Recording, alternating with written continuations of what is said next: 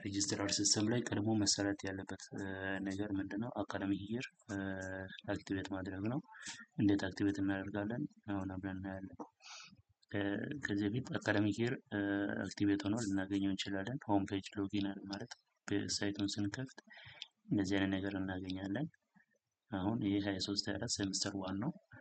ሴሚስተር 2 አክቲቬት ማድረግ ብንፈልግ ኮንትሮል አካዳሚክ ካለንደር አካዳሚክ ይር እነኚህ ያሉ ናቸው። እነኚህ ውስጥ ነው የምንጀምረው። አንድ አዲስ ነው እዚህ ጋር ክሬት እናደርጋለን። አሁን ኦልሬዲ እዚህ ጋር አንድ ክሬት ተደርጎ ነው ያለው። እንዴት ነው ክሬት ያደረኩት? እዚህ ጋር ስመጣ የትኛው ኮሌጅ ነው? ኮሌጅ ነው ስኩል ይር 23/24 ሴሚስተር 2 ሲዝን ስፕሪንግ ፕሮግራም ስታርት ዴት እና ኤንድ ዴት መቼ እንደሚጀምር የሴሚስተር መቼ መጀመር እንዳለበት እና መቼ ማድረግ እንዳለበት ማሳየት መቻል አለብን። ልክ ይሄንን ሞልተን ሴቭ ስናደርግ ካለው ሊስት ጋር ይጨመራል። በዚህ መልኩ ነው ክሬት ያደረኩት። ይሄ አካዳሚክ ይር እንዴት ክሬት እንደምናደርግ ነው። ቀኑን ቼንጅ ማድረግ እንችላለን። የሚጀምርበትን የሚያልቅበትን ቀን ሴሚስተሩ አጠቃላይ 17 ዊክ ነው የሚፈጀው።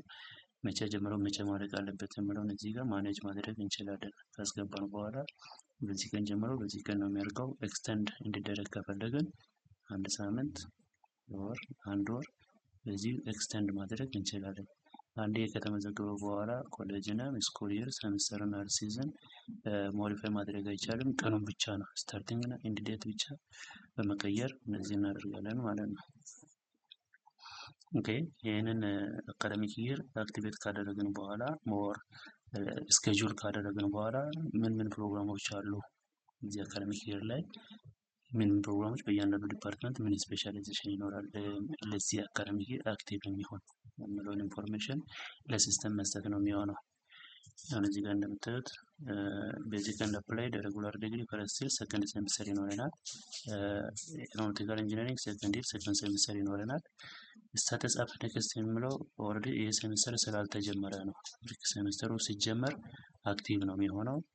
ቀኑን ጠብቆ ሲስተሙ በራሱ ጊዜ ይሄንን ሴሚስተር አክቲቬት ያደርጋል ማለት ነው። እዚህ ጋር ሊስቶች አሉ ፕሮግራሞቹ ራሳችን ሌላ ሲኖር አድ ፕሮግራም በሚለው እንመጣና ለምሳሌ እዚህ ውስጥ ያለ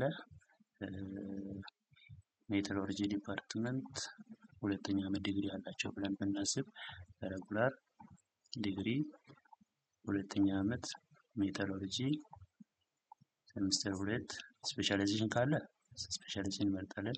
ስፔሻላይዜሽን ከሌለ አይተን አድርገን እናልፋለን። ካልታወቀ select this option if the specialization is not known yet እናልፋለን። ስፔሻላይዜሽን ከታወቀ ግን ስፔሻላይዜሽን መርጠን እዚህ ጋር እንደማርክ የሚሆን ነገር ሜትሮሎጂ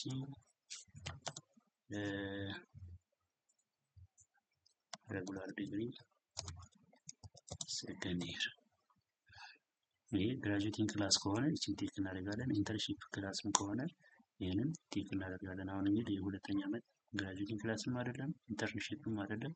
ስለዚህ እነኚህን አንቲክ አድርገን እናልፋለን። እዚህ ሴቭ ስንል እዚህ ጋር 14 ነው ያለው። አንድ ሲጨመርበት 15 ይሆናል ማለት ነው። ሜትሮሎጂ ሰከንድ ይር ይሄ አካዳሚክ ይር ከከፈትን በኋላ አካዳሚክ ፕሮግራሞችን እንዴት እንደምንመዘግብ ለማየት ነው።